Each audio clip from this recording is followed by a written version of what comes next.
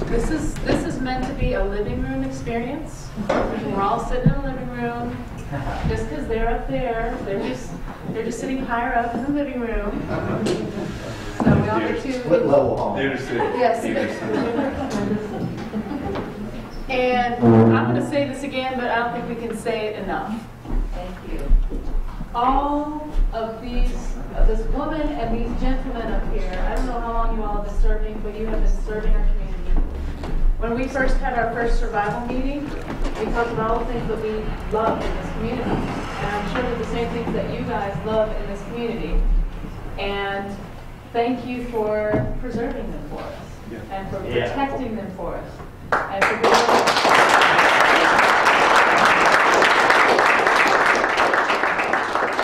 being willing to do hard things so that we can do easy things. So, thank you. I'll say it again, but I have to say it. Thank you. Thank you. I think we're just waiting to see if a few people would Yeah, we were just waiting for a couple of press people, but I think we should just get started. They'll come when they come. So welcome everybody to Valley Voices. We have this. What? Sorry, can I using the mic so she Okay. Doing great, thanks.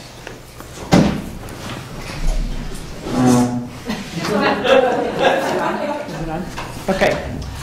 Welcome. We have Valley Voices the fourth Monday of every month, and it's a free event. And we have speakers on interest, local speakers who speak on things that we do people in the valley. And you can find out what we're having each month by going to bluesage.org, or you can also sign up for our email list at the back of the room there. And there's also a list of possible topics for upcoming months back there that you can check the ones you might be interested in and add anything that you think would be a good idea or good presenter. And one more thing back there is our donation jar. Valley Voices is always free, but we happily accept donations to keep this building up and these kinds of programs going. Logistically, just so you know, if you need the restroom, you can go through into the other building, to those doors, and go all the way to the back behind the construction to find the bathroom. And there's also one behind the stage, but if you have to go to the bathroom, you don't want everybody else to know, right? So before I introduce this evening's panel, I'd like to let you know that next month's Valley Voices, that next month's Valley Voices is on November 26th, and it's going to be on water. Understanding our irrigation water sources and priorities, our tap water, and how it all works. Like, would our systems all still be functioning if we didn't have electricity? So come on down next month and find out.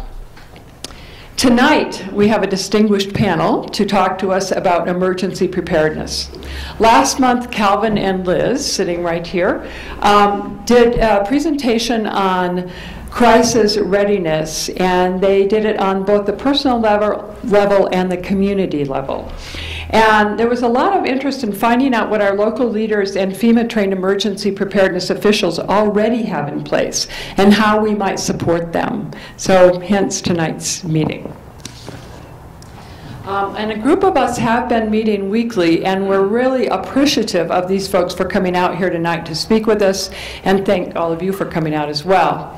And I want to thank Todd Sheets of Hutman Media for videotaping this tonight. So for all those people who say to you later, gosh, I wish I hadn't missed that, it will be available. We don't know exactly where, but we'll figure that out.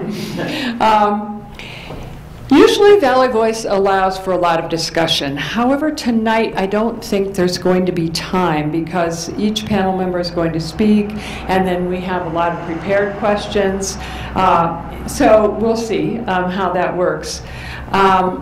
We have asked each panel member to speak for 5 minutes or up to 10 if they choose on their emergency planning, their emergency preparedness plan that's already in place, and the multiple hazardous preparedness plan, and how their agency is working with these plans.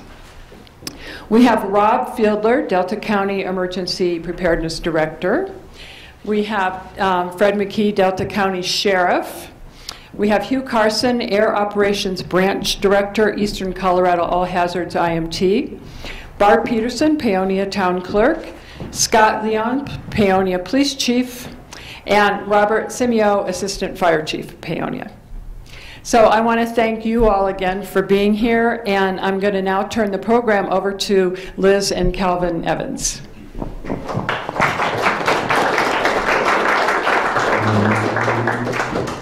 All right, we get to talk in a microphone. How much fun is that, huh? Again, thank you guys for being here tonight, taking out precious time from your families. We know that you all have recognized the value of emergency preparedness. It's your job. It's what you've been doing for us. I didn't hear you make one tackle. I didn't I thought that was somebody in the audience. And so as we've been getting together, we've been trying to, we think it's our job too. It's our job to be ready. We can't just depend on what you guys do. And we need to know how we can support what you do and how we can not get in the way. It's pretty important, right? So as we've gotten together, our group has come up with our mission statement, and I have a feeling it matches yours. Our mission is to be prepared in the event of a crisis situation, to preserve and sustain the Valley's natural and healthy way of life by being proactive, working with the local authorities, and engaging community-wide participation. And as we think about the survival priorities that we would have in any kind of a situation, water, which is great. We already are going to be able to learn what's going on with water next month. Food, heat, energy, medical needs, how to deal with different issues as they arise, housing, if some people lose housing. All these things, we know that you have already got a plan, and we are so just dying to hear what you have going there. And we're realizing that, like for example, when it comes to food, we can't depend on you guys to do everything, right? And so as a community, we need to start coming together and going, hey, I've got money. I'm going to invest in more infrastructure for farms. Hey, I've got labor. I'm going to send labor out and help these people build up this valley so it can be sustainable. You know, we all have a part to play.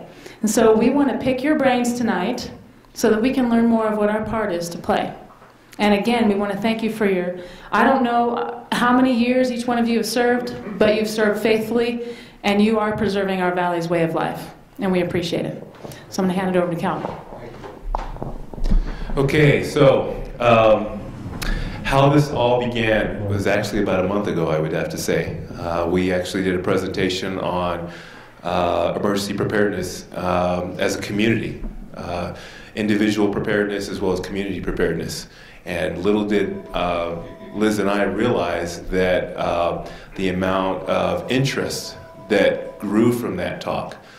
Just a little bit of background about us. We were both in the military. We were both in Russian and Chinese linguists. So we were in Intel. So we had the opportunity of going through survival school training. And through that survival school training, it taught us quite a bit about being prepared in the event of certain incidents and how to deal with those different incidents. So since that time, we were on the East Coast for 11 years before we came out here. And our family, we wanted to learn how to live sustainably. We wanted to learn how to farm. We wanted to learn how to take, because we've got 6 kids. And so we believe that's an important, very important aspect of their lives to understand where food comes from. And then we had the opportunity, after living in Durango for 4 years, to come up here to Paonia and to work on a farm. So since that time, we've been sharing a little bit of the things that we've learned over the years. And during that presentation, we talked about the Be Ready Compass. And it's basically a simple compass that helps us to understand and ascertain where we are as far as being ready in the event if something happens. So with that, I want to say thank you, Carolyn, for emailing information to this amazing panel. And we want to make sure and reiterate this, and we'll probably say this throughout the whole evening, is that we really appreciate what you do. We are not here to tell you how to do your jobs. We're here to be able to ask, how can we support you in what it is that you have already planned. I had the opportunity of meeting Barbara for the first time about a month ago. I went in and I had a chance to read the mitigation, multi-hazard mitigation plan, as well as the emergency preparedness plan. And it was amazing the amount of information that was there and the scope for both sets. The one thing that I noticed, though, is that the emergency preparedness plan was from 1999, right before Y2K. And at that time, yeah, I figured it's probably been updated. So what I noticed at that time is that our community had names of individuals that in the event of an emergency, power down scenario, that we all knew who those individuals were that needed help, that were on respirators or had other equipment that they needed to maintain, and we had to go and take care of them. And so in reading that plan and looking it over, it really impressed upon me the importance of, this is great, what do we have now? And then asking just simple questions in regards to, when we did our presentation, what are the assets in our community? Who are our assets? As a community, are we working together and are we helping to fill those gaps? Because if something were to happen, the plan's in place, but you're going to need manpower. So, hence tonight, what we're looking for is direction, and to hopefully funnel down that kind of information. We've sent you a couple of scenarios.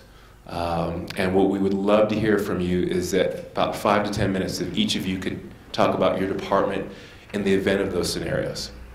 And so what I have, if you have that in front of you, I can go ahead and read them out. First question. How will your agency work to help us in the case of a severe blizzard scenario where the roads are shut down, there's no food, there's no trucks coming in, power outages, and we're looking for maybe a week or more, maybe. This isn't long term, this is more of a short term. If you could give us an idea as far as your department, what that looks like, and then what would be really important is, as a community, how can we come alongside to help and support? That's the biggest thing that we really want to hear from each of you. Well, we're going to turn down help. Okay. Yeah, good answer. Anytime there's a major emergency or incident or crisis, we can always use help. The hardest thing is trying to control that help and direction, and what direction we're trying to go and put in the right areas. But I'm sorry, could you please introduce yourself and your department? oh, sorry. Sorry.